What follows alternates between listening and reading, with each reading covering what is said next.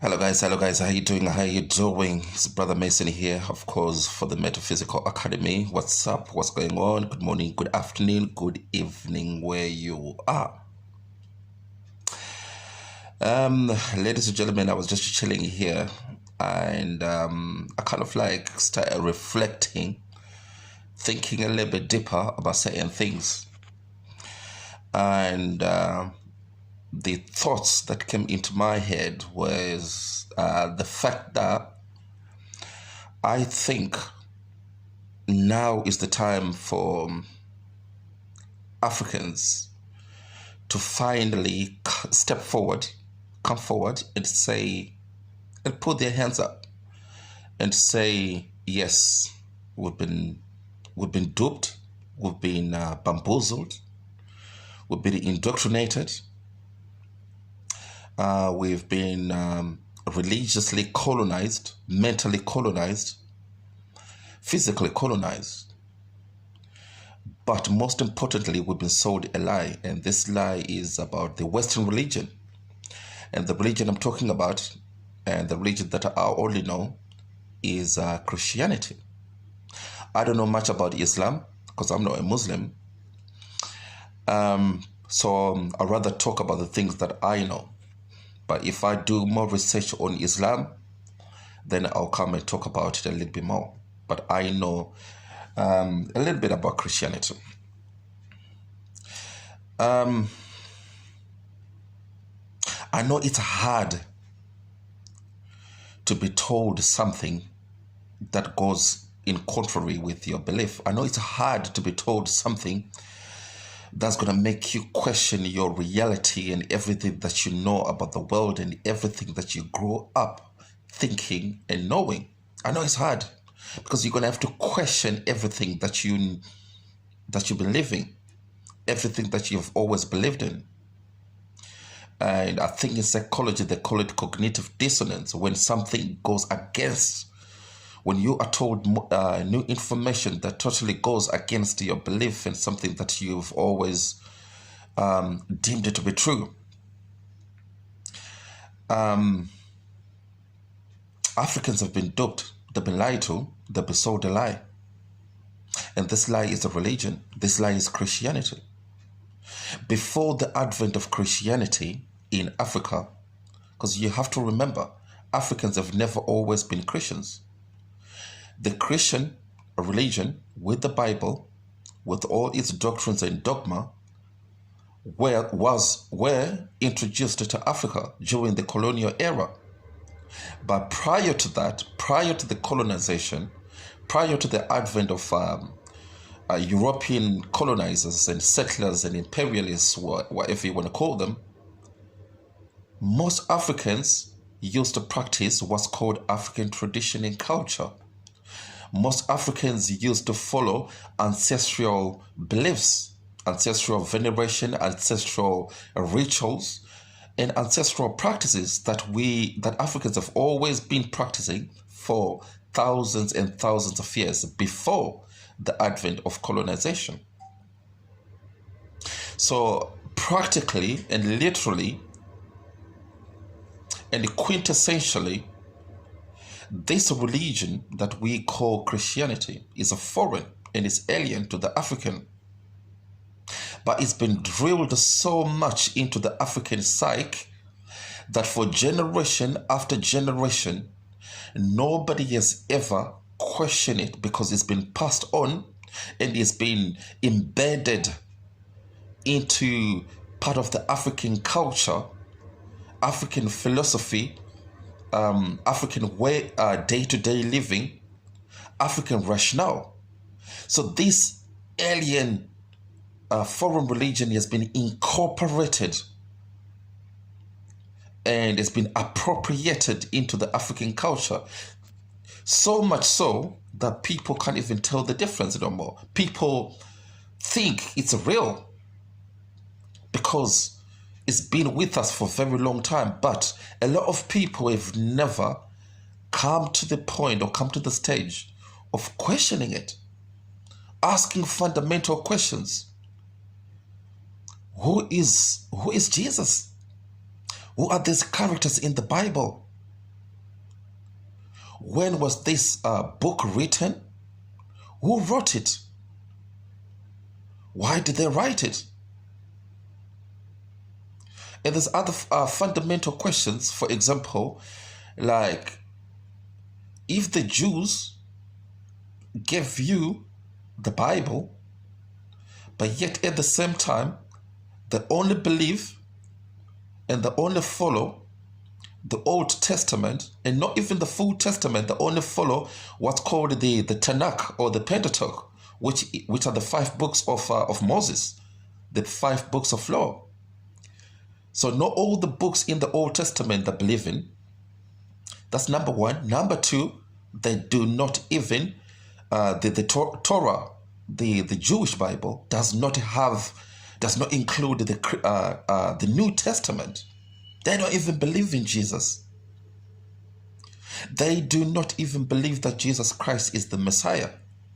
And we are talking about the Jews. These are the people that gave you the monotheistic religion of Yahweh. These are the people that gave you the foundations of this messianic religion.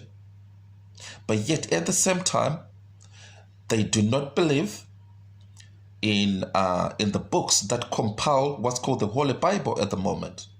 So some books in the Old Testament, as a matter of fact, in the Old Testament, there are certain books that have been omitted. There are certain books that have not been included in the Old Testament. And correct me if I'm wrong, but please don't quote me on this. But I think they are called the epistopigraphia, I think so. I'm going to double check on the terminology, but I think it's pistopigraphia. And we are talking about, there are certain books, for example, the book of Adam, the book of Eve, the book of Abraham. So why were these books not included in the Bible, in the Old Testament? And we've got lots of different books not included. And at the same time, we've got other books called the Apocrypha. And again, this includes the Old Testament and New Testament. These books were not included in the Bible. So if this book is an inspired book, which was inspired by God, and the people that wrote it were inspired by God. So are you telling me the people that wrote the book of Adam, the book of Abraham, the book of Mary Magdalene, the book of Thomas, the book of Barabbas, the book of Judas Iscariot, so these people weren't inspired by God? And if they weren't inspired by God, who inspired them? But most significantly, who made that decision that these books weren't inspired by God? See, these are the kind of questions I'm trying to get you to think.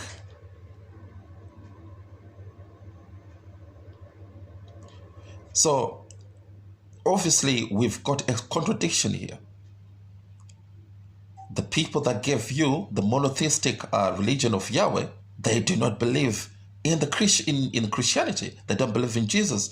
And the fundamental and the key to Christianity is Jesus Christ. Then we're going to have to go to the Greeks. Now, the people that wrote the Bible, they were called the Hellenist people, or Greek-speaking Jews. Now, the Greek-speaking Jews, these were Jews who used to live in Alexandria and certain parts of Greece. But these people, they had a certain doctrine that was totally different from the core belief of Judaism. They believed in this messianic priest or messianic figure, and they concluded this messianic figure was Emmanuel or Yehoshua.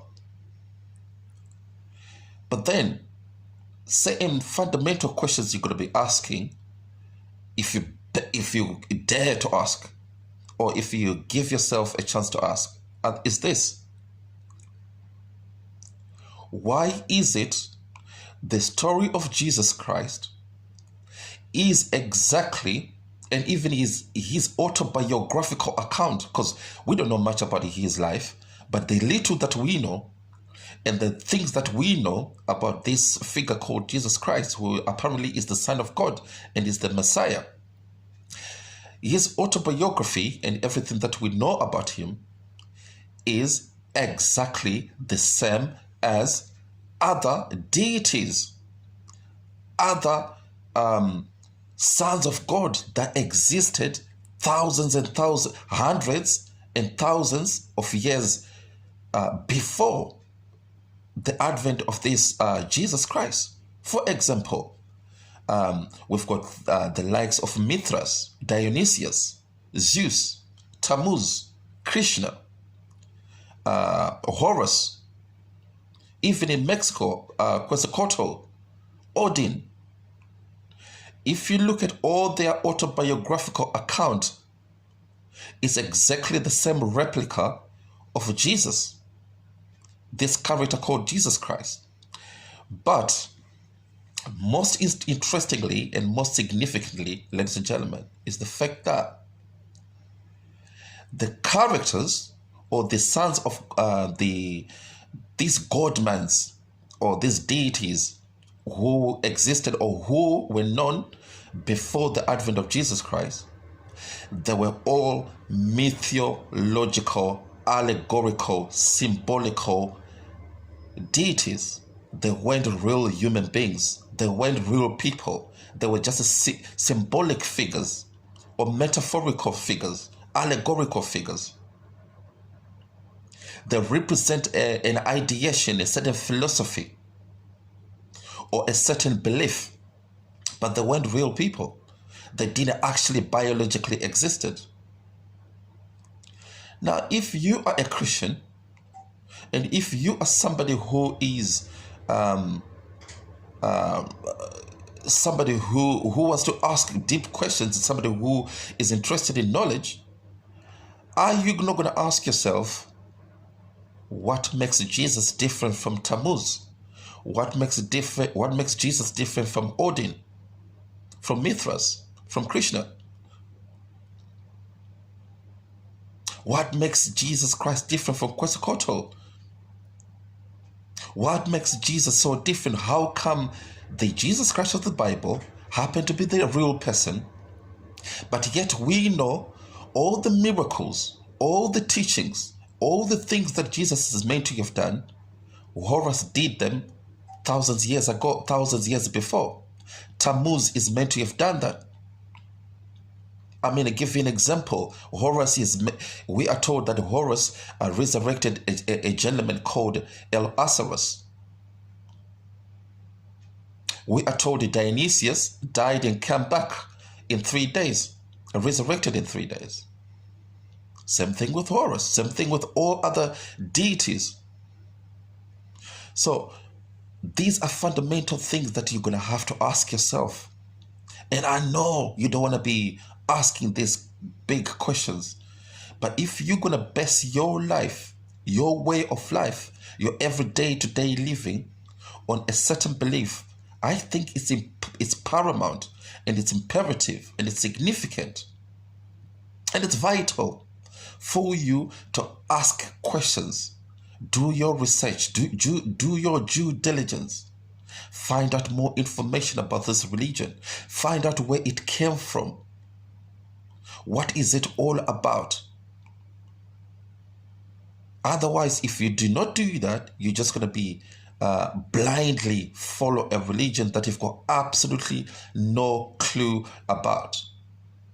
Because you have to remember, like I say to you, the Christian religion was only introduced to us by our colonizers, the people that came to invade our lands, our African lands. Had they not come to Africa, had they not colonized us, physically colonized us, religiously colonized us, mentally, psychologically colonize us, we wouldn't have known anything about Jesus Christ, about the Bible, about the doctrine and dogma of Christianity. We would have no clue, none whatsoever, about this religion, had they not come to colonize us. So, if the colonizers came to bring this religion, I think it's fundamental for us to ask, where is this religion coming from? What is the purpose? What is the goal? Who wrote the Bible? Who are the people behind it? And another interesting question, or another interesting thing that you need to ask yourself as well, is this. How come the people that gave you this religion, for example, the Western world, for example, in the United Kingdom, and the Roman Catholic Church in Italy, how come the church over there, or this religion, or the members there are dwindling? In the Western community, or in the Western society, the amount of the members who claim to be Christians are dwindling. People no longer believe in these religions. But yet, us Africans, we've got absolutely no idea about where this religion came from, what is it all about, who runs it.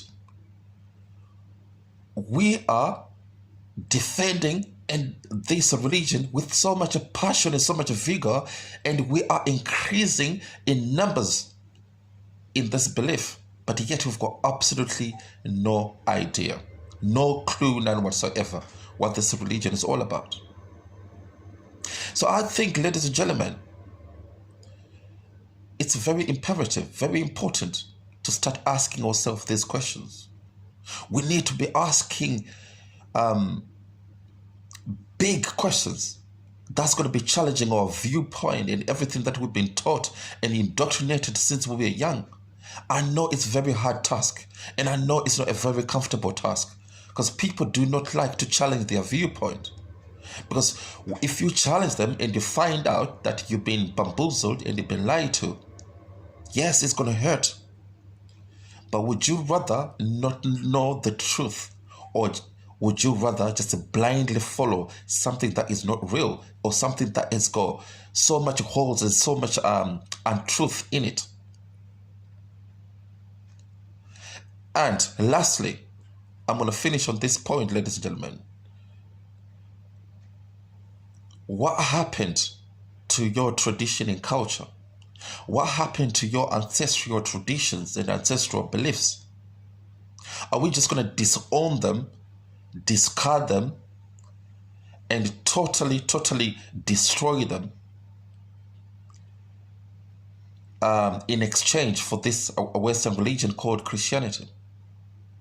Everything that our ancestors have taught us and have been practicing for thousands and thousands of years, just because these people who introduced this Western religion called Christianity, they've managed to convince you that everything that you've been practicing, it's all paganism, it's all demonic, it's all satanic, it's all devilic. And you bought that. Are we that gullible enough that we're just going to forget about all our ancestral traditions and culture, our African traditions? Because in Africa, we do not have religion. We've got a way of living, which is tradition and culture. And obviously, we've got some ancestral rituals and rites that we do, that we've been practicing. So are we going to totally forget about that and just adapt a new religion, a new doctrine and dogma that we've got absolutely no idea about? Nobody knows when the Bible books were written, who wrote them. Even the Christian scholars, they're still debating about who wrote the Bibles, when it was written. If Jesus Christ is supposed to have lived in the 1st century, how come there is no text, original text at all? Nothing that is original is an existence of the original text. The first original text that we know were written 300 years later. So we're talking about in the 3rd century, 300 years. Let me repeat that again. Most of the texts that we know about the Bible were written 300 years after the apparent advent, the apparent existence and death and resurrection of this character called Jesus Christ. But we never ask these questions. Why? Are they not important to you? If you're going to base your religion on this, if you're going to base your life on this religion, are these not important questions? So I'm going to leave you with that food for thought, ladies and gentlemen. Okay? Yeah, like I always say, thank you very much and look after yourself. Good morning, good afternoon, good evening, wherever you are. Stay blessed and keep on smiling. All right, thank you. Bye-bye.